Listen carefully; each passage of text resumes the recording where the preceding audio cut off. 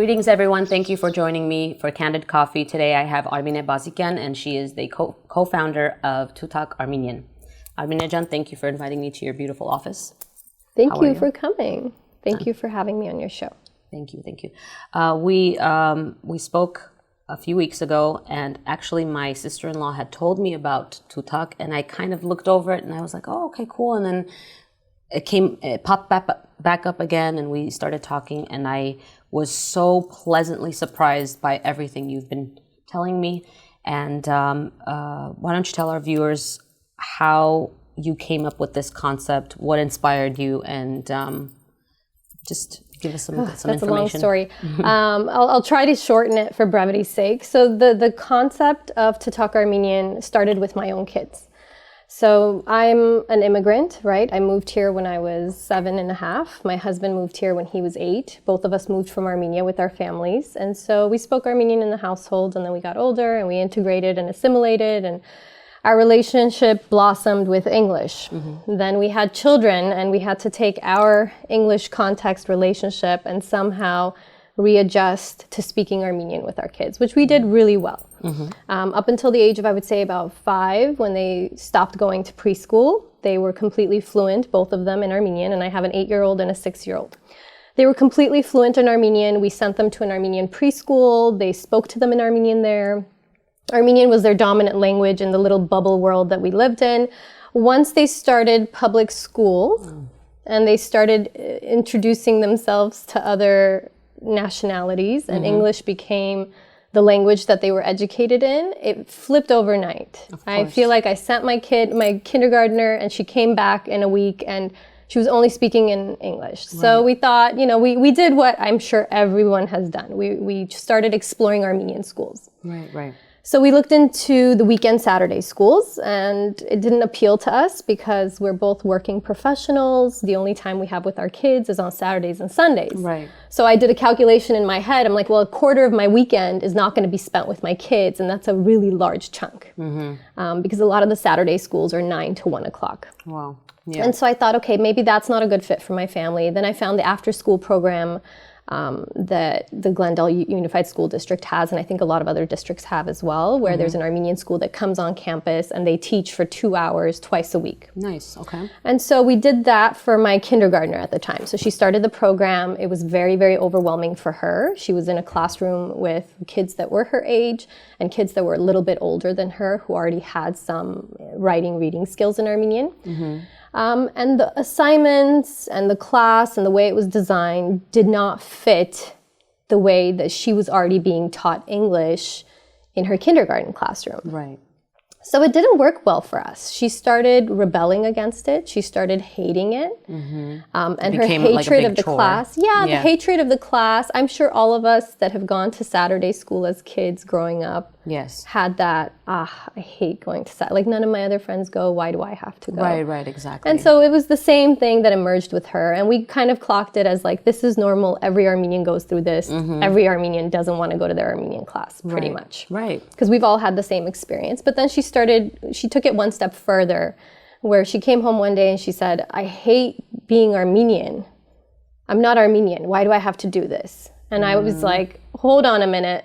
We don't want to. That would have broken my heart. We don't want to reverse what we're doing. We're trying to integrate you and to have you have a connection to being Armenian. We don't want to do the opposite. So my motherly instincts thought, okay, freeze, we're not doing anything. And I wasn't too happy with the program anyway. There was a lot of heavy memorization, a lot of complex language skills that were being taught that weren't appropriate for a new beginner of that language. The way that they were teaching Armenian did not work for a diasporan child. It just does not work. They go into a kindergarten class, they sit on a rug that's colorful, they sing, they dance, they do riddles, and then they get put into this strict environment where they have to sit upright for 2 hours. They can't color. They can't do all the things that they're used to doing to learn. So the way that it was taught was not conducive to somebody who is a diasporan Armenian. They're still teaching the way that they taught 30 years ago. Not even in Armenia do they teach like that anymore. That's the funny part. So out of that, so we started exploring other things. Do we send our kids to a private Armenian school? Well, we wanted integration with other socioeconomic families. We wanted socioeconomic diversity. We wanted ethnic diversity for our kids while they're growing up. So for us, Armenian school wasn't an option. Right. And I network a lot. So as an attorney, I meet with other attorneys and other professionals. And so anytime I meet with another Armenian, the conversation is always our children, and then it somehow falls back on language. And so I was at one of my colleagues' homes, and we were talking about our kids and language, and he had lived in Armenia for a period of time. And we were just sharing war stories, and he mentioned, you know, like a friend of mine who's not Armenian had a tutor from Armenia, and I said that would be a great concept, you know.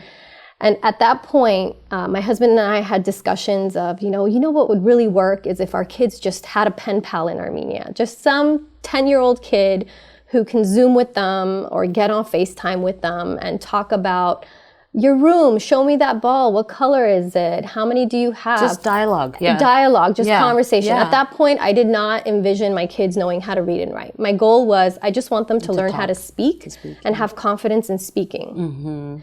So I thought, okay, this is good. So I told him about the concept, and he said, that's a really good idea. That's probably one of the only ways that we can keep it alive is by having them engaged. Right. And so that idea that night, I remember that night vividly, backyard with lit, you know, trees. And I that night, I think was like the moment where I was like, okay, this is my aha moment. We need to integrate these kids with kids in Armenia. That was the original concept, was a pen pal system. And then I realized a pen pal system's not going to work for some obvious reasons, that there has to be some proper Armenian being taught with the proper usage of the words. Kids automatically fall back to English. So the reverse was happening where they would teach the kids English instead of learning the Armenian because children in America are very dominant in their conversational etiquette, whereas kids in Armenia are a little bit more reserved and cautious and a little bit more like, you know, not that aggressive. And so then we started exploring the idea of tutors, and we explored different tutors, and we realized that a tutor by itself is not enough because every single tutor will teach a different method. The tutors in Armenia don't understand our problem here. Okay. They don't know how the kids are being taught in their other subjects. They don't recognize the learning styles that they're used to. They don't understand the environment that they're used to. And even their Armenian is completely complex for us. So at that point, I realized, okay, a straight connection of Armenian kids here to tutors in Armenia is not going to work. There has to be more that goes along with it. I had no intention of writing a course. I had no intention of having a set curriculum or progression. My goal was to just connect people. So then we started writing the curriculum. And I have a bit of an obsessive personality, so once the idea took over, I went down the rabbit hole, and now we have a curriculum, products, just so much more than I envisioned that we would have, which is all really, really great. Basically, we're trying to be a resource for parents in the diaspora, and we're targeting only diaspora and Armenian children because their learning style is different, their habits are different, the way they receive information is different. So we found a tutor that was very open to my suggestions, whereas other ones were not in the past. Maybe younger, someone more open-minded. She was younger, she was younger, she was open-minded. I'll tell you what I found out later that I didn't know at the time, but it worked really well. It was a very symbiotic relationship where there would be suggestions made, she would integrate them, they would work out really well. So I offered her a full-time job to help me write the curriculum. And then I learned that she has a master's degree in educational modeling. So her subspecialty is creating curriculum. Wow. And I was like, that's why you're open to it. That's why you're not pushing back. You know, the simple suggestion of like, let's transliterate the Armenian words. Why do we have to always introduce the word to the child? Like if you open up an Armenian first grade book, as a parent, I get overwhelmed looking at it because it's all in Armenian. I don't know what it says, right? Unless I sit there and read it. It's unfamiliar. It's hard to switch your brain back and forth. So even the concept of let's take the word and use English letters to transliterate it, right? So that we can get the kid familiar. Even that concept is something that's like taboo in the Armenian education community. Yeah. Because it reverses. Can you give me an example? Yeah, so like we have the word here. I'll show you with one of these. This is a white one. It's not that great, but like bod, right? So we have the word duck. So we don't introduce it to them with English lettering in the book because we don't want the English word to be the dominant word at that point during class. But when we have the visual picture in their workbook, and first of all, the books are all colored and they're all done through, I'll tell you about the details later. But the word duck is written bod, which is the Armenian word in Armenian lettering. And then we're using Latin or English letters to write out the same word, B-A-D, bod.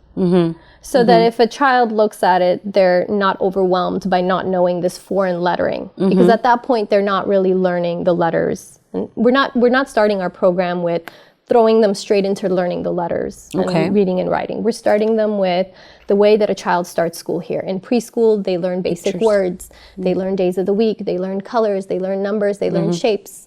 So we're mimicking how they go through school here. Right, but in the American way. In the American way. We're teaching Armenian in the American way. Right. So this came about because I noticed my daughter, when the teacher would give very complex words that she's never heard of, she would immediately write down the word in English lettering. And I was like, what are you doing over there? So I would look in and be like, oh, okay. So she would write down list of words. And then during the next class, when the teacher would test her knowledge and say, what was that word called again? If she didn't know, previously she would just hate the feeling of not knowing. I started noticing that she would just quickly look at her notebook. And at the time we didn't have a curriculum. So she would look at her little notebook and be like, oh, it's bod. And she would get excited. Very confident. It would build confidence in her. So the first workbook starts with vocabulary introduction, mimicking preschool education here in the US. And we do it so that the kid not only learns basics, and it's very conversational based, but we also do it so that the kid builds psychological confidence. We want them to build confidence in that foreign language. We don't want it to be overwhelming where it leads them to go home and say, I hate going to my Armenian class. And it's such a chore for them. And then they feel worse and worse for not knowing. And then they're just self-doubting. My daughter is such, like my older one, she's like, Mommy, I have to get a good grade. I want to make sure I study, whether it's math, science, English, Armenian, and I love when she feels good, like, look, I did this, and it's reassuring. I'm speaking probably for every Armenian parent. Now, my children are half American. Their dad is from the Midwest, and they're half Armenian. I'm sure for anyone who's either mixed or not, their number one concern, whether they go to public school or private school, they want it through language. And I just said, you can go to public school. They went to Miller for a while. Or you can go to Armenian school, as long as you please speak Armenian. And it's so hard for them to speak it all the time, unless they're with my grandparents who don't speak English, so they don't have a choice but to speak Armenian. It's hard for them to constantly speak Armenian. Their world is in English. Do you blame them? Street signs are in English. Television is in English. YouTube videos. Milk is written in English. Everything, their world is completely in English. And the brain naturally falls back on that. Right. That's why the shift usually happens around 4 or 5, where where they don't know how to speak English. They don't know how to read and write English yet. It's easier for them to maintain Armenian as the dominant. Once they learn how to read and write English, then when they're walking down the street, driving down the street, and they see, pharmacy or like store, and they can read that in English, that's when their brain makes the shift from Armenian to English being dominant. And it happens with almost every child. As far as the research that we've done, it definitely happens with 1.5 generation parents' children. If you're a parent who moved to the US when you were in your 20s and you have children, your kids are good. They are speaking Armenian at home. That's what we've discovered. Most of them are speaking Armenian at home and naturally. Whereas if you're someone who moved to the US when you were in your early childhood days and you're like 5 to 10 years old, 1.5 gen, that's why we call it 1.5 generation. You are struggling with keeping the language alive. And unfortunately, we are the make it or break it generation. Meaning if we don't pass on the language to our kids, it actually dies out for 2nd, 3rd, 4th gen. Of course. So very easily. I have 4th generation friends, 3rd generation friends in the East Coast and Midwest, and they don't know a lick of Armenian. They know basics like votik, porik, totik. They know all the eek words because there's grandparents used it at some point. Yeah. But during the time that their grandparents moved here, there was a need to assimilate for protection, obviously, and for safety. And so the fact that they don't speak Armenian, I witnessed firsthand what crutch. It's just something that's always missing in their heart, no matter how much they give back. And by the way, they are the most giving group of Armenians, our third, fourth, fifth, second generation Armenians. Yes. They overcompensate for their lack of language. Armenianness, with everything else that's Armenian. They're the kids that are volunteering in Armenia during the summer. They're the kids that are sending money. They're doing the most. Yes. So it would be really nice to be able to provide that generation a program that works with their kids. So currently we have 2 of my friends that I volunteered with in Armenia. I met them through Birthright Armenia and Armenian Assembly. One of them is living in Michigan. She has a 5-year-old little girl who mom does not speak Armenian. Mom's family is from Turkey and Canada.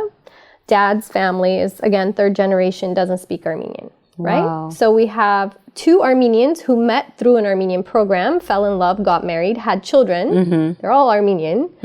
But you know, the little ones don't speak Armenian. They cannot help their children learn the language with the regular traditional program through the church that they have. So our books are written in a way where even the parents are able to read it and learn alongside them. Yes. And it works really well. I'm living proof of that. So I see these kids. We have another student in New York, half Armenian, half African American. And, you know, like these little girls are thriving on our program. And when you see them take the class, they have such a passion for Armenian. The other day, one of the little girls, she said, Mariam, you know, I don't know what reward system her parents have in play, but like if she collects 100 stickers, she's going to take a trip. Either she's going to go to Chicago or like an Armenian city. Yeah. It was just interesting that like those were her 2 desired locations. I'm either going to go to Chicago or I'm going to go to Armenia. And she was like, and when I get to Armenia, I'm going to know these words to use, right? And it was just such a warm your heart feeling. Even if they retain just 50% of what they learn now as kids, as adults, I consider it a straight win because otherwise they would have known 0. And so that's where we are now.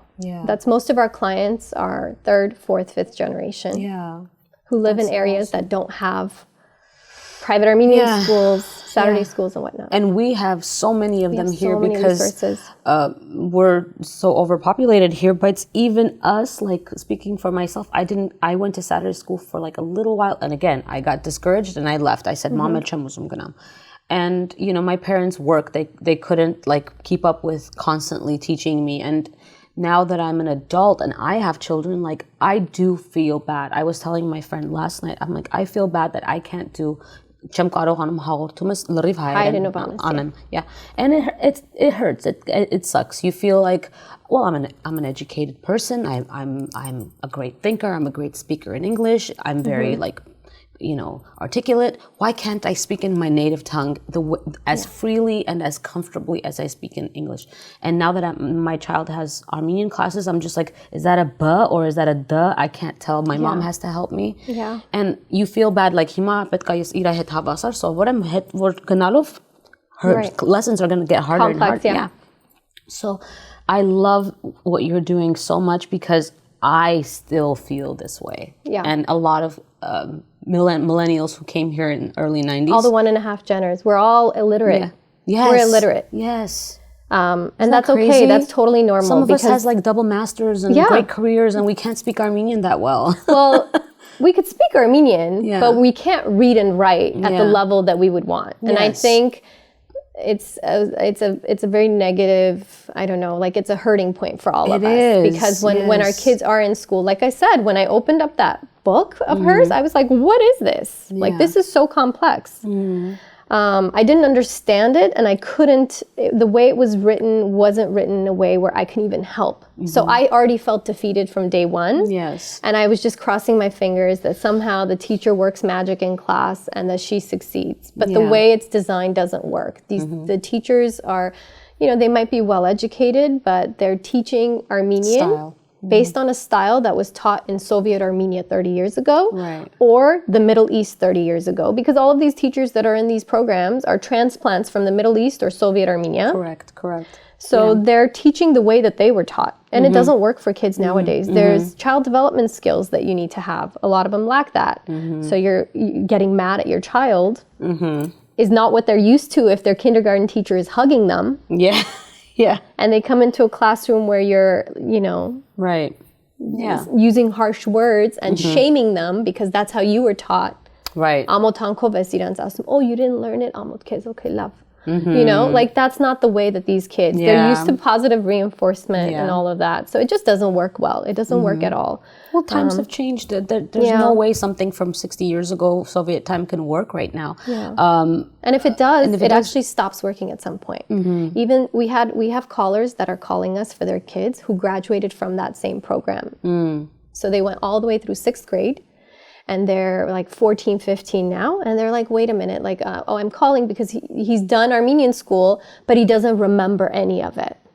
Because he hasn't used it. He hasn't, it wasn't done in a way where he can associate it psychologically to things in his life, right?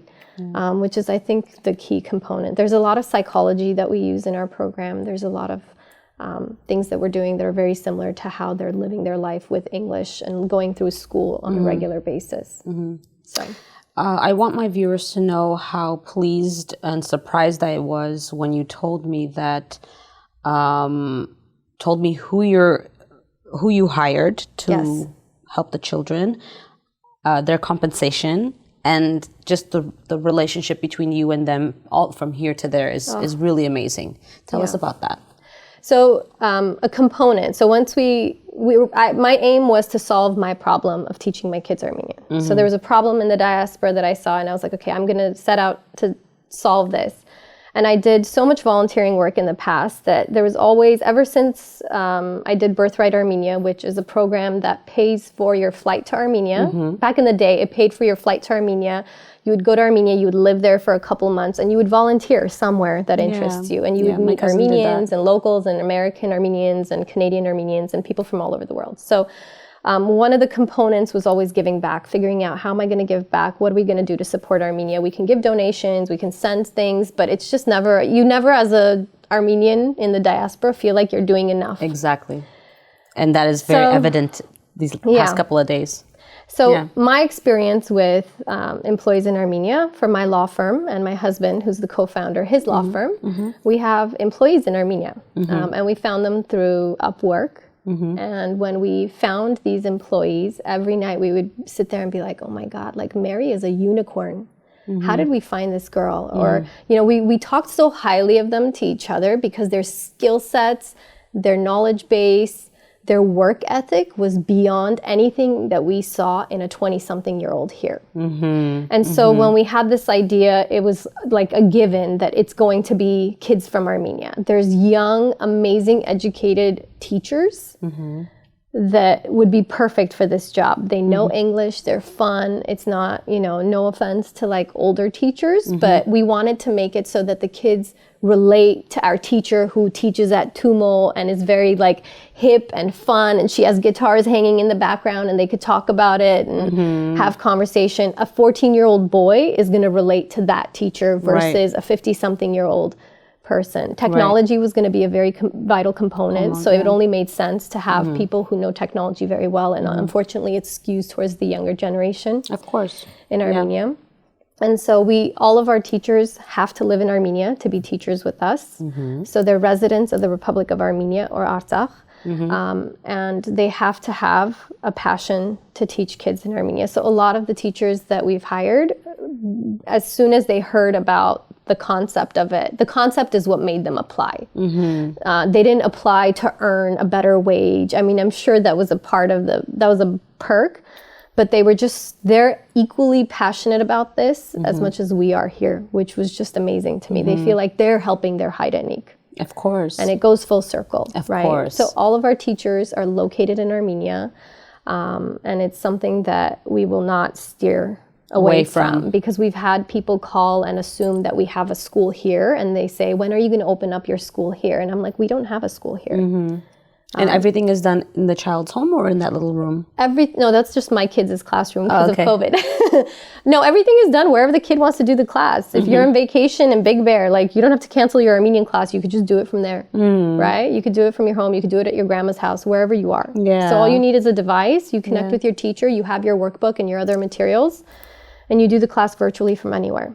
We love our teachers. We provide for them very well. We want them to be happy. We pay them a very more than generous salary based on not only Armenia standards, but based on here.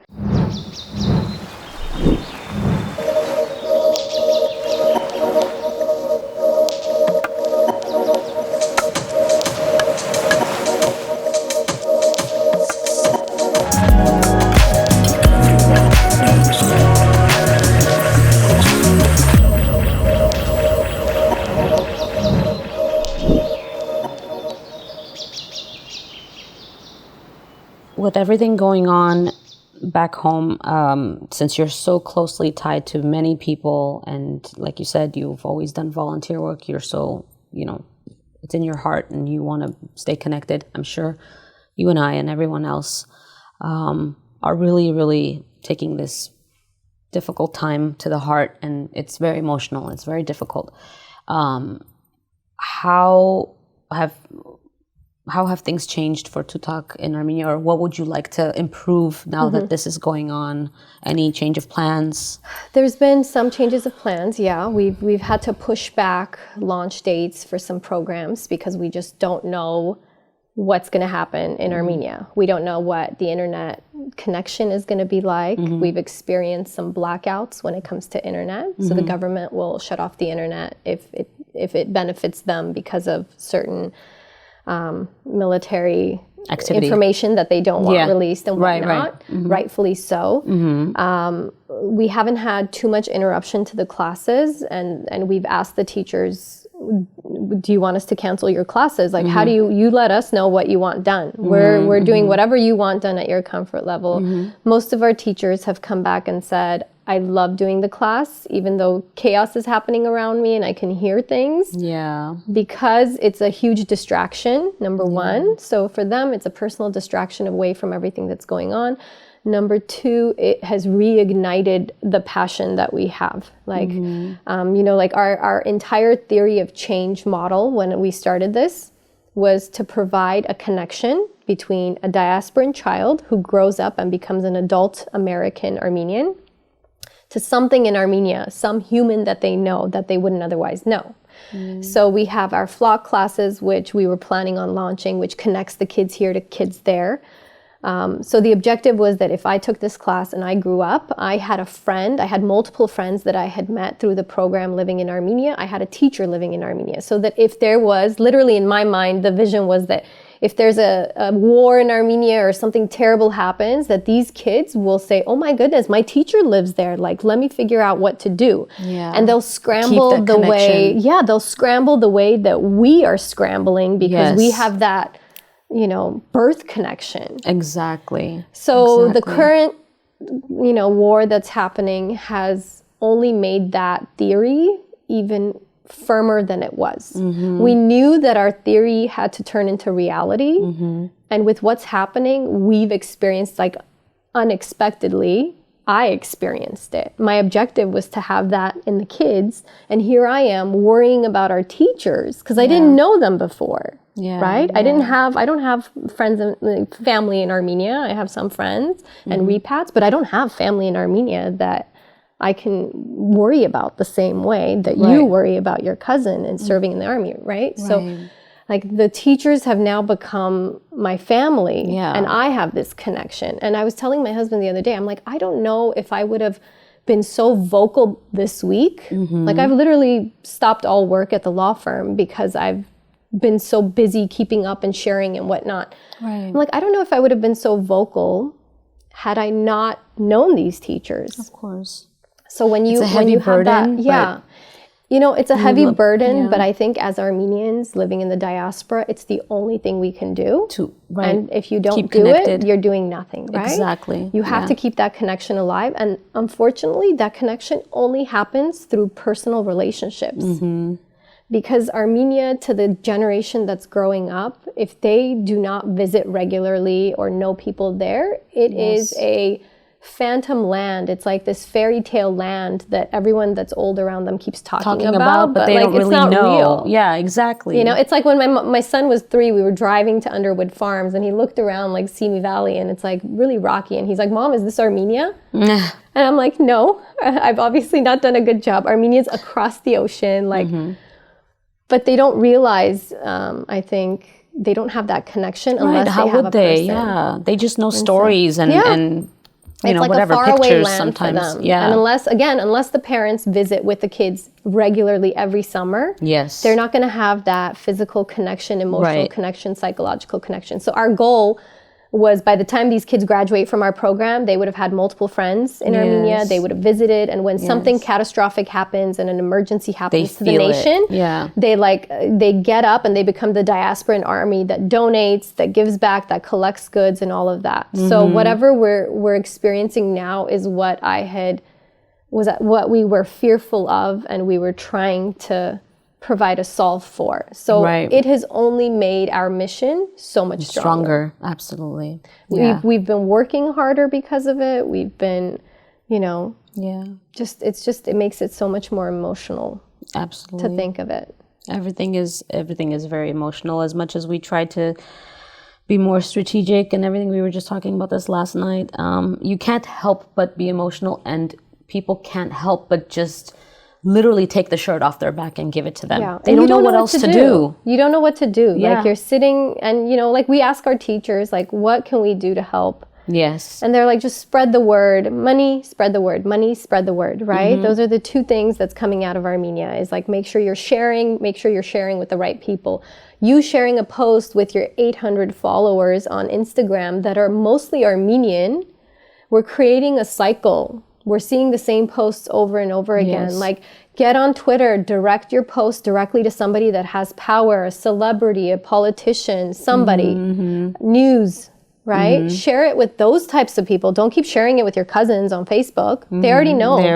They already know. And getting the information out that way is ineffective. So I think, you know, the only thing we can do at this point is to provide money, which is very, very important, because this is a technology war. They have the high-tech machinery and equipment. It's a tech war. It's sad to say, but money is what's going to win this war. And if we don't, I think the 15 million we've collected is nothing compared to, you know, a drone costing a couple of million. Yes. You know?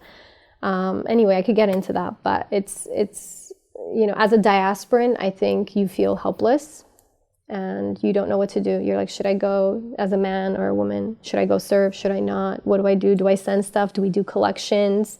We've done it all. We've done it all, but we need more money. We've done it all, but we need more. And I think everyone's very heated, and I think eventually, hopefully, things will die down, whether for a win for Armenia or a ceasefire. It doesn't matter what the result is going to be from this war. Yes. We need to make sure that the same momentum that people have now carries over for 3 months from now, because there's going to be a need to reconstruct and provide supplies then. And I hope that our community rallies at that point. So we reached out to all our teachers, and we had a meeting, and we said, what do we do? Like, what do you want us to do? Tell us what you want. Do you want money? Do you want supplies? Because people here are collecting money for the soldiers and whatnot, and collecting goods for the soldiers. Is that okay? Like, what do you guys need? Yes.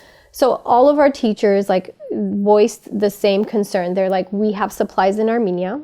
We're already sending supplies from Yerevan. Supplies are not our priority. Money is priority. And your voice, right? Yes. One of our teachers had a student in her class on Tuesday from Artsakh. So they already displaced, already enrolled in school, attending. And so we asked, well, do we send items for them? Do you want money for them? And her response was like, the Armenian government is caring for these kids. The current Armenian government is not turning a blind eye. Pashinyan is doing everything possible to relocate these families. Yes. And even if the government didn't provide the support, every single neighbor in that building is rallying. Every single other Armenian is providing a home. Yes. She was like, I have 3 rooms in my house. I'll take in 3 families, like, if I need to. She's like, space is not an issue. Relocation supplies are not an issue. And all of them said, you know, hold off on what you guys are doing. Do not do any fundraisers right now because there's going to be a crazy need to reconstruct. All of these schools and civilian locations are being bombed. Yes. We're going to need to do something later. So we came up with a plan with our teachers to collect money now, not give it until it's time to rebuild, because our theory is that a lot of the people that are like really heated are going to be silent and not willing to give money later on. And the schools are going to need reconstruction projects. So right now we are getting ready to launch a school supply collection effort. We're going to collect everything in the next couple of months, and whenever things settle down and the kids are able to go back to their homes, we will provide them with the necessary supplies. So those will be all donated supplies from the diaspora. We were launching our flashcards and literary works this month in October, and we decided to, we were launching in a few weeks, but we've been doing everything we can to launch them quicker because we want 100% of the proceeds to go to Armenia, to go to Artsakh. So we're launching, it's so cute.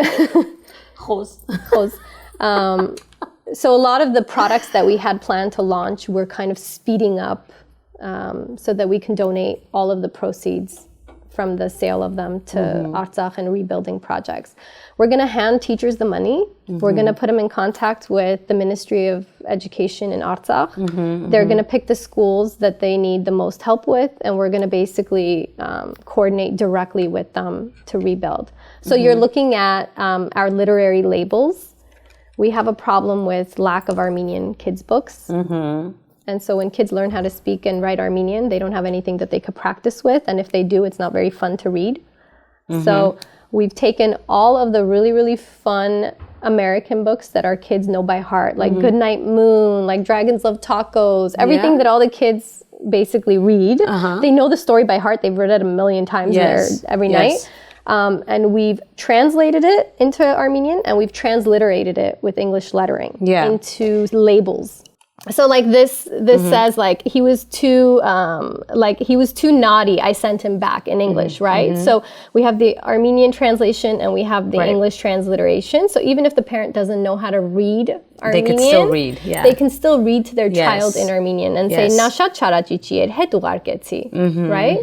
And then when the kid knows how to read Armenian, hopefully they'll use the same book to actually read the Armenian, and it'll be fun, and they'll know the story and whatnot. So 100% of the proceeds are going to go to Armenia. So we're getting ready to launch all of that and Artsakh to support everything. And so right now we're working on the back end with the teachers, and we're gearing up for the aftermath. We're obviously also supporting what's happening now with donating personally, all of our members and myself included.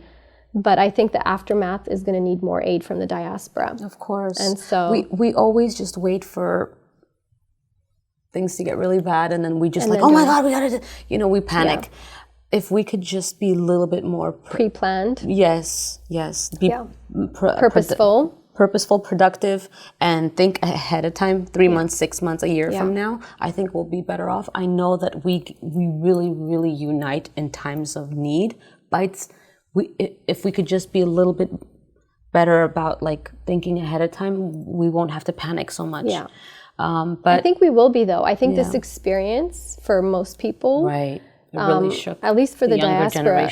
I think it's teaching us that when we need to, we can come together. So why can't we do a collective effort on other all the fronts? time? Yeah, of course. Right? And so I think more people are seeing that it's okay to unite. It's okay to pick one himnadram that the fund should go in. You're placing all your trust into one fund, and you're crossing your fingers that the government uses it correctly. Right. And what we're hearing from people in Armenia, like the teachers, their trust in the current government is amazing. Really? That's so reassuring.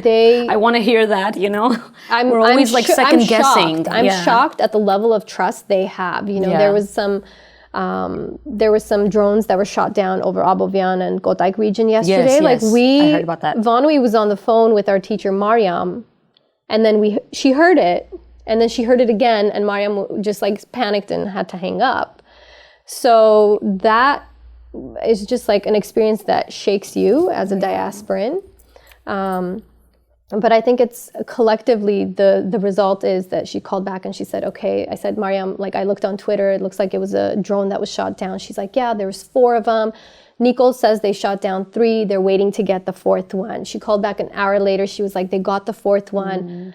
When she said that, she was like, I feel better now. So the fact that they trust their prime minister to that level, like if Nicole says they shot the last one, you could go to sleep, it's okay. Yeah. And they have that level of trust. I don't know if we would have that level of trust. Like if Trump said, like if things were going down outside and Trump said, we got all of it, guys, you could go to sleep. I don't know if most people would be like, okay, and just set their head down on their pillow.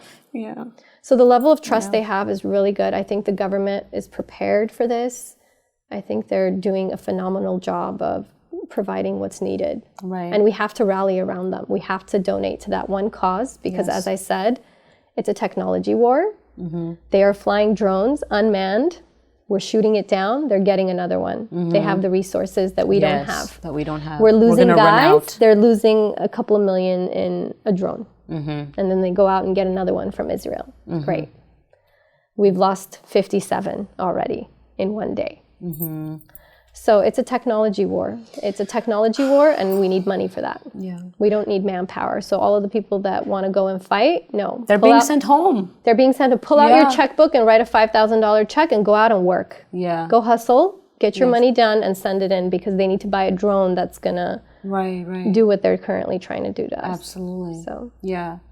It's amazing how it all ties together. Like you can plug into so many things just by Totalk Armenian and by helping those teachers and by those teachers helping the children here and then us having a connection and us having a relationship with these people and it's a ripple effect. Of course. Everything is a ripple effect. When you buy that Turkish product at Super King, yes. When you buy that Turkish product and you don't think you're doing anything, that one item, that one josh that you made with that whatever paste, pepper paste or tomato paste. Okay, that one pepper paste funded the killing of one of your brothers in Armenia. Yes. So shame on you, right? Shame on you for even purchasing the products. Yes. But it's the same thing. It's a global ripple effect that's happening. And I think, you know, we're trying to have that same ripple effect, but on the good side. On the good side, of course. On the good side, we're trying to create the next generation of us that's going to holler and scream and do whatever they need to do and pull out their checkbooks and write very, very large checks to Himna Dram in the future. Hopefully that will never be the case and the war will end in our favor and we'll never have to dispute this or any other issues again. But if that's the case, the pre-planning you mentioned is exactly that. It's educating your kids at home, talking to them about what's going on, making sure that they're aware and they feel connected. Especially if, you know, you're in America, that's so easy to assimilate. They let us be free with our language. They let us be free with our culture. So we accidentally assimilate and we don't realize that we're doing it because it happens so easily. Yeah, of course. It's life. It happens easily. We just have to, you know, maintain our language, and you are helping by doing that because sometimes I see, and I don't know all of them. There are many, you know, graduates of private Armenian schools, both Western and Eastern Armenian, but in kan lav chen khosum that the way they should be for going to a private school. Right. You know? Yeah. It's not as good. If you're doing a cost-benefit analysis, it's not like they could have just gone to Armenia for a few months every summer and it would have done a better or just like having self-discipline and learning on your own at home or something, whatever it is. It is hard. But I hope that this really encourages parents of all who have children from, you know, 4 to 20, whatever it may be. I'm sorry. We have a cutoff, but we're not, you know, I would if it love works for the child, we have 15-year-olds, but our cutoff is, our starting age is 4, and we go all the way up to 13, but we have students that are 15 years old, as long as they're okay. And at that point, we kind of make it more personal. You know, if we have a 15-year-old girl, we make sure that the teacher and her can relate. They don't do a lot of what the little kids do. They might have lots of conversations instead. And a lot of teaching the words through conversations. It's like, what did you do this weekend? Oh, it was my best friend's birthday. We went to a spa. We put on a mask. Oh, what's that called in Armenian? So conversational words that they can use. honestly, like going back to what I said, I really encourage you to make a program for adults. Adults. It's coming. Yeah, I would love that. I have so many, like, remember I said I deep dive? I have so many projects that I don't have enough time for. Right, it's all up here and you it's want really it. difficult. Yeah. They're out. We have people working on them, but we want a podcast in Armenian, but not like scary stories like Shunukatu, which is great. It exists. It's out there. Kids should know our, Tumanyan stories. But it's weird for a child in America to listen to a dog and a cat beating each other up. Like, it just doesn't work. Yeah. It's it shakes them a little bit. So, if we want the podcast to be kid stories written by those 15-year-olds that graduated from those Armenian schools, or they're in Armenian school, they learn Armenian, but they don't do anything with it other than like write in school. We want those same kids to write short children's stories, get creative, and put it on a podcast. And have another 5-year-old listen to it and say, oh my God, that was a really good story. And it related because the person that wrote it is a diaspora in Armenian. And it doesn't have to be perfect Armenian. It could be conversational, silly stories. But as long as we get the ear used to it, as long as we get them using it, we have elective classes that we're launching. Again, everything that we were planning to do, we've pushed back given the scenario. But we have an elective called All Things Armenian. And it's like this silly class where it took a lot of convincing to the teachers to help me write them because they were like, oh, we don't understand what you're trying. I was like, okay, you go to your grandma's house, you sit there, she says, get. And you eat. But that experience is relatable. Every Armenian has that same experience.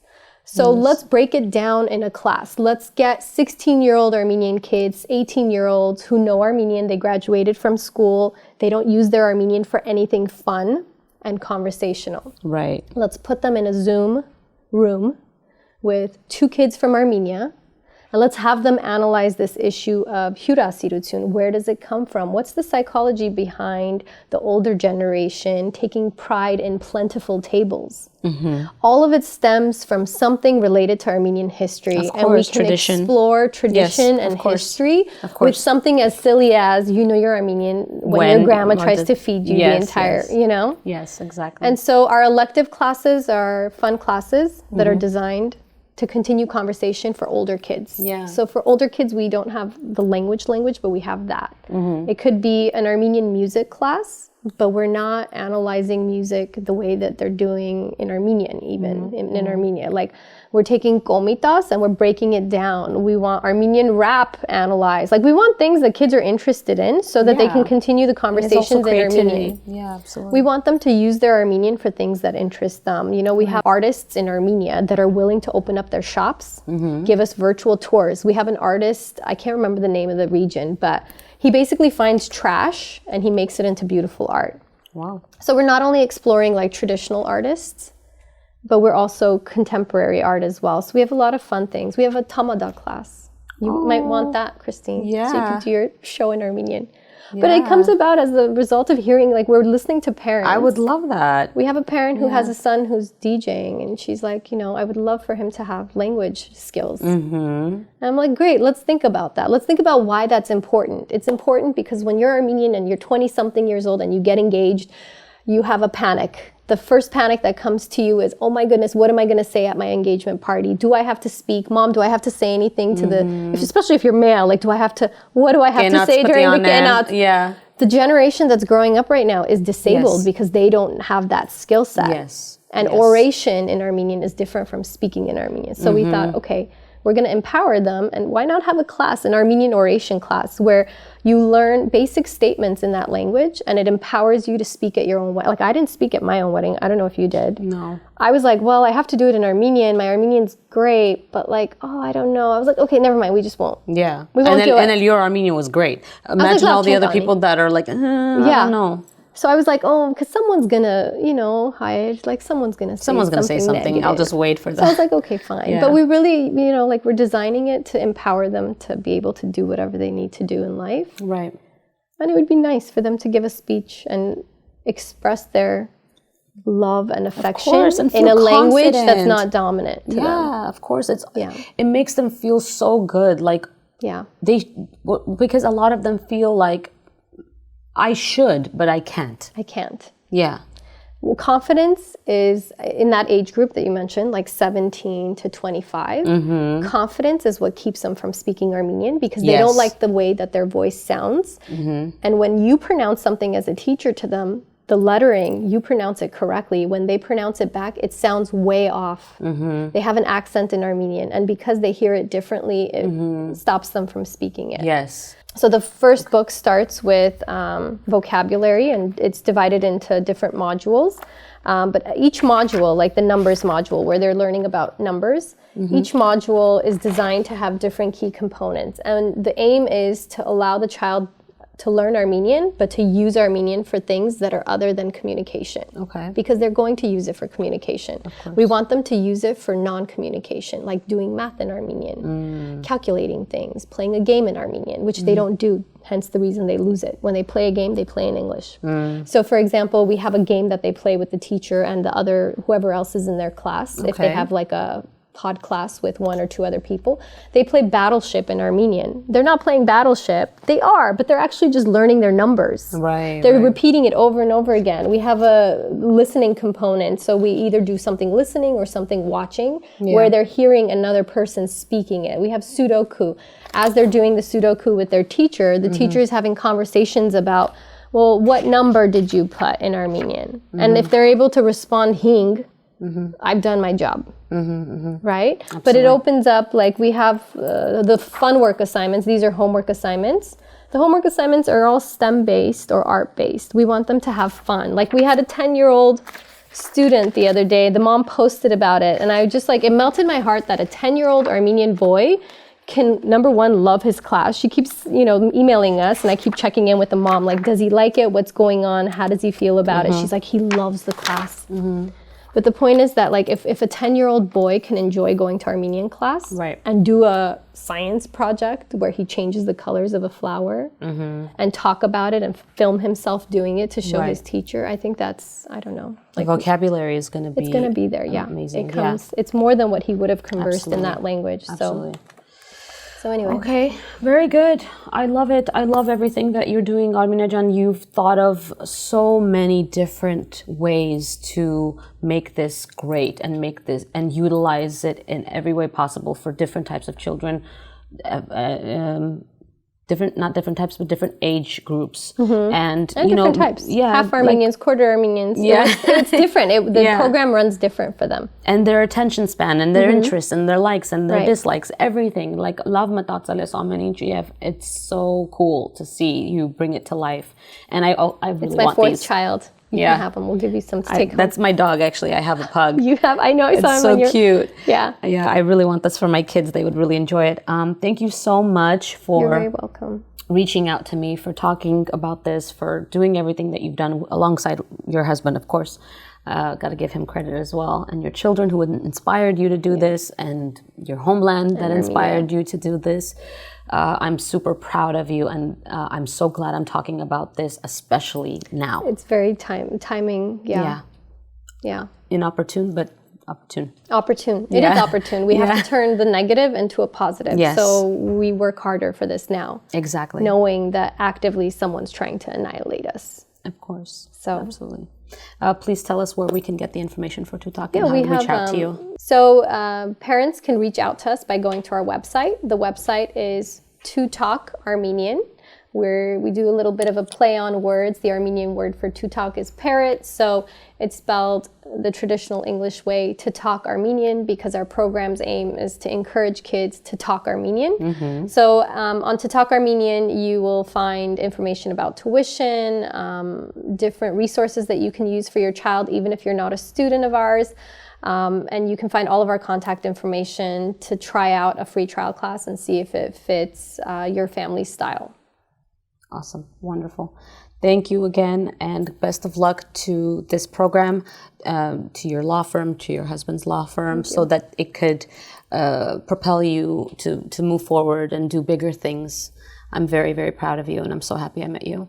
Likewise. Thank you so much for having me. Of course. Sorry, I'm getting emotional again. But thank you for joining us. And I hope that this encourages all the parents and young children who are watching to further their education through Totalk and to, keep their Mareni Lezu close to their hearts. And yeah, till next time.